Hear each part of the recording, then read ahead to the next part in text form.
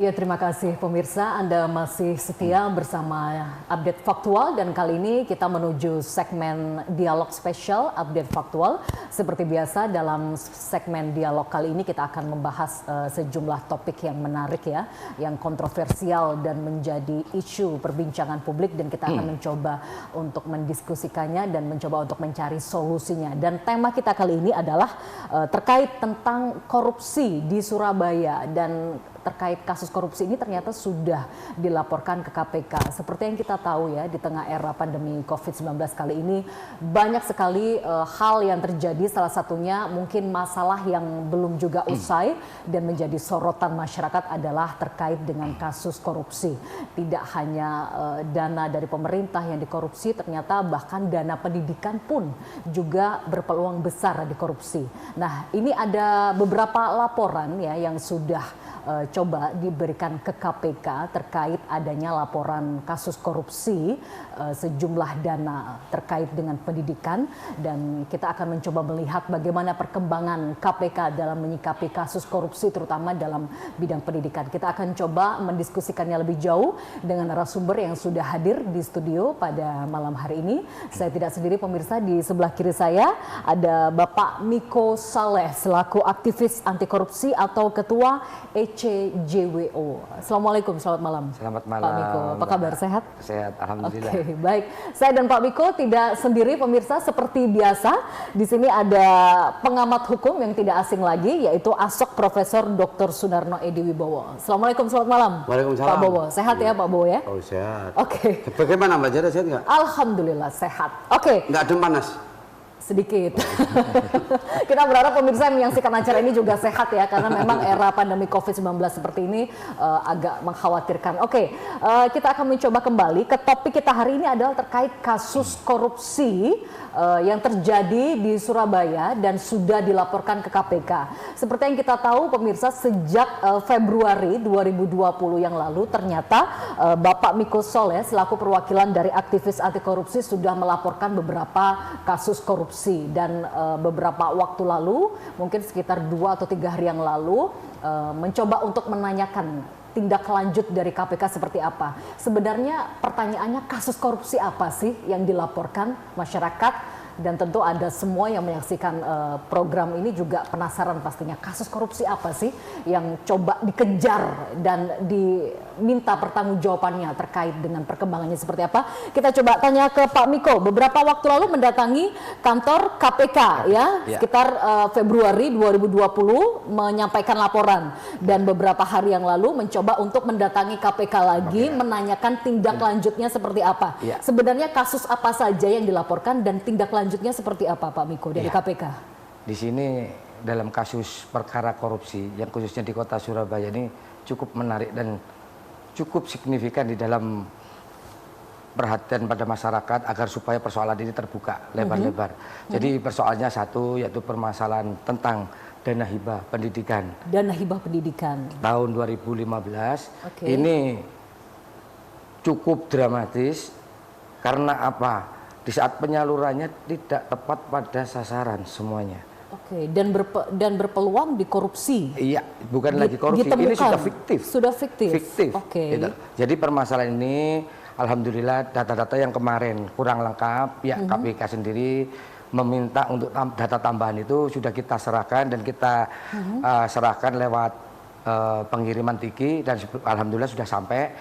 Kemarin kita sudah menemui dari pihak Humas bahwa persoalan penambahan data ini sudah ada di meja penyidik. Baik, itu yang pertama, dana hibah pendidikan. Ini termasuk uang negara yang dikorupsi. Yang kedua, ada 4 laporan ya kalau tidak salah. Yang kedua yaitu masalah mengenai tanah kas desa, khususnya milik Kelurahan Medokan Semampir, yang selama ini lagi menjadi desas-desus pertanyaan bagi warga kota Surabaya yang selama ini masih belum ada jelundrungnya dan belum ada kejelasannya sama sekali nih Mbak. Jadi persoalan ini yang menarik adalah bahwa tanah kas desa tersebut sempat beralih kepada pihak perorangan. Dan dari pihak perorangan ini pun bahwa ini tanah negara dibeli oleh negara kembali. Jadi pemerintahan di saat tahun 2012 mengadakan Risla yang mana pakai keuangan APBD.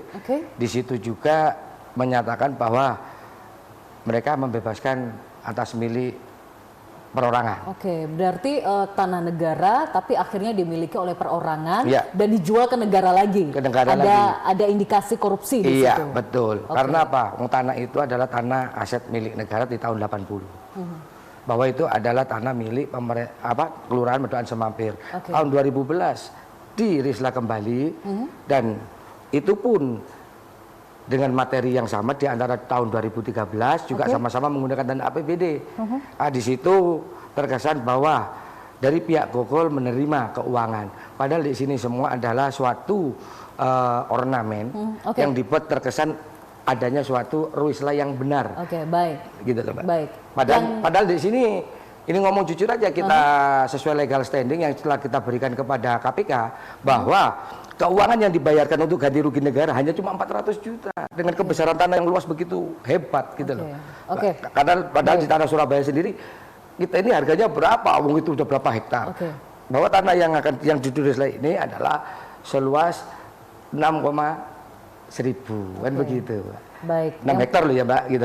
Berarti yang pertama adalah kas desa, yang kedua BOPDA atau dana hibah pendidikannya, yang ketiga dan keempat?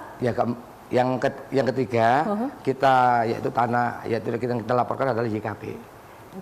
Yaitu Yayasan Kas Pembangunan. Nah, di sini YKP ini kita berikan satu legal standing ke KPK tentang cara perolehan tanah dan juga penjualan tanahnya. Dan di situ ada tata bahasa yang sangat ini Mbak, nggak lazim lah. Jadi persoalan ini tidak lazimnya di mana? Tidak lazimnya adalah dia membuat suatu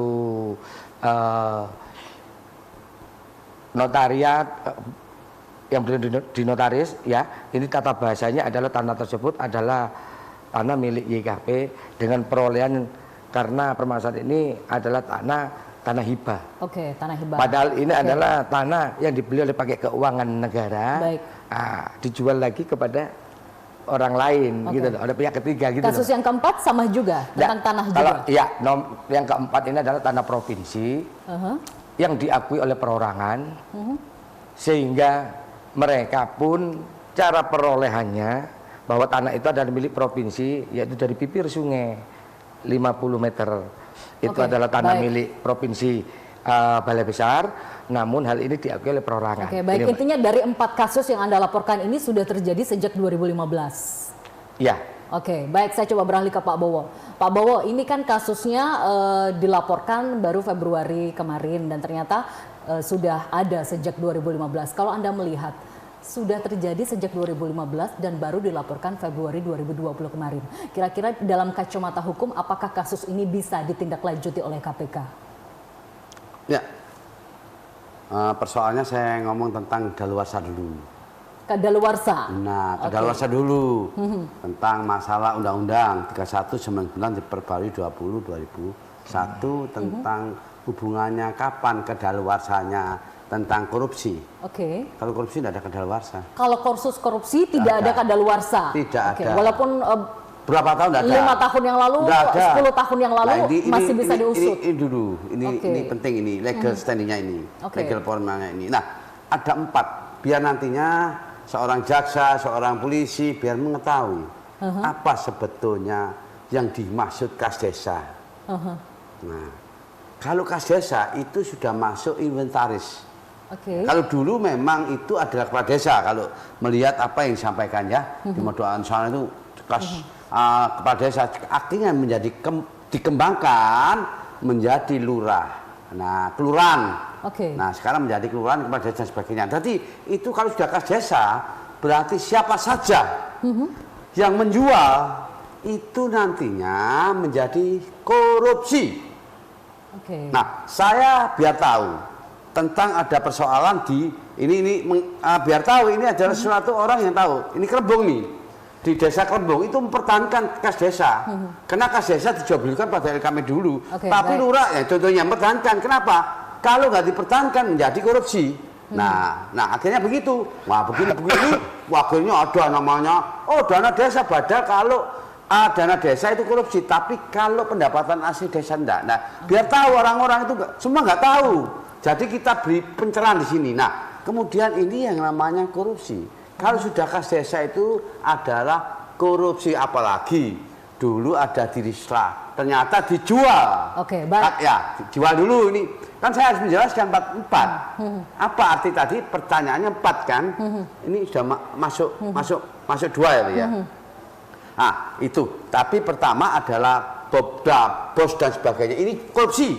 Kalau hubungannya tanah APBD, uang APBD, APBN ketika diambil alih, disalahgunakan, korupsi sudah titik. Nah, kemudian tadi saya katakan apa yang disampaikan kedua tadi, korupsi juga. Kalau kas desa tidak boleh diperjualbelikan.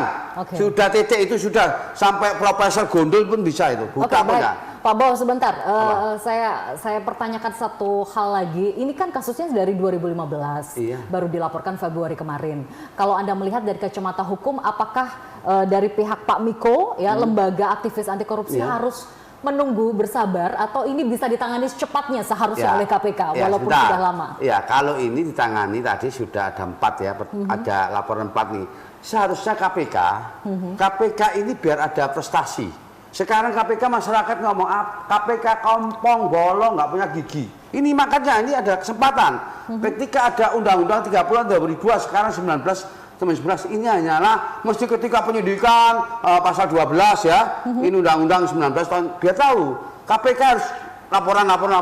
Nah, kalau laporan sudah hilang semua datanya. Nah, inilah makanya KPK ketika ada laporan harus segera. Kalau enggak, dianggap apa? Dianggap KPK tidak punya apa yang menjadi komitmen dulu. Gini loh, biar tahu masyarakat kenapa KPK itu lahir. KPK lahir dikarenakan dari undang-undang tentang tipikor, yaitu penyidiknya adalah polisian maupun jaksa, tidak bergerak. Makanya lahirlah itu namanya independen KPK. Ternyata KPK nggak bergerak. Kalau KPK tidak bisa nangani, lebih baik Pak Jokowi buyar daripada biar daripada uang negara ya itu tuh di COVID aja lah, kasihkan orang nggak punya itu, ya itu aja BLT itu. Tapi kalau Anda melihat dari beberapa berkas yang sudah diserahkan oleh pihak lembaga aktivis anti korupsi, Anda melihat kasus ini bisa ditangani dengan cepat atau harus bersabar dulu biar selesai? Tentang prosedur, kalau COVID itu protokolnya itu harus ketika laporan itu harus digarap dong. Siapa pelapornya diberikan namanya surat perkembangan hasil penyelidikan atau surat keterangan, ya toh. Itu diminta, ini belum dikasih, berarti belum ada satu sikap, satu tindakan. Kalau Anda melihat sekarang KPK sudah ada sikap atau tindakan? Belum ada. Kenapa saya tanyakan pada mengapa Anda Mas Miko belum dapat? Mana? Kalau ada perkembangan berapa hari kan ada. Kalau cepat, saya memeriksa A, B, C, D dan sebagainya, menyelidiki, mengundang atau keterangan A, B, C, D. Tetapi enggak. Berarti kalau enggak, ini hanyalah dimasukkan ke dalam meja. Berarti belum ada tindakan dari KPK intinya. Saya coba beralih ke Pak Miko lagi. Betul seperti itu Pak Miko? Februari kemarin dilaporkan dan beberapa hari yang lalu sudah mencoba follow up lagi, menanyakan tindak lanjutnya. Kalau menurut keterangan Pak Bowo tidak ada tindakan dari KPK yang serius begitu. Kalau menurut Anda betul? Kalau saya lihat belum ada sama sekali tentang penyelidikan yang saat ini berkembang, karena cuma kemarin pertengahan bulan itu hanya minta dukungan lagi masalah data-data yang khususnya pendidikan. Jadi yang saya ceritakan tadi, jadi selama ini mudah-mudahan dalam dekat ini dengan janji KPK nanti akan memberitahukan pada kami nantinya itu nanti lewat per telepon, karena apa? Di masa pandemi begini penyidik lagi bekerja di rumah. Baik. Jadi lagi-lagi ini alasan yang dipakai adalah pandemi COVID-19 sehingga ditunda lagi. Saya nanti akan coba tanyakan lagi ke Pak Miko terkait perkembangan kasus korupsi yang sudah dilaporkan ke KPK, bagaimana perkembangannya, bagaimana tindak lanjutnya. Kalau menurut Pak Bowo tadi tidak ada tindak lanjut, menurut Pak Miko ternyata juga sama, tidak ada tindak lanjut. Kita nanti akan coba mendiskusikan lagi dan bertanya lebih jauh lagi. Sesaat lagi pemirsa, jangan beranjak kemana-mana, tetaplah bersama kami dalam Dialog Update Faktual. Segera kembali sesaat lagi.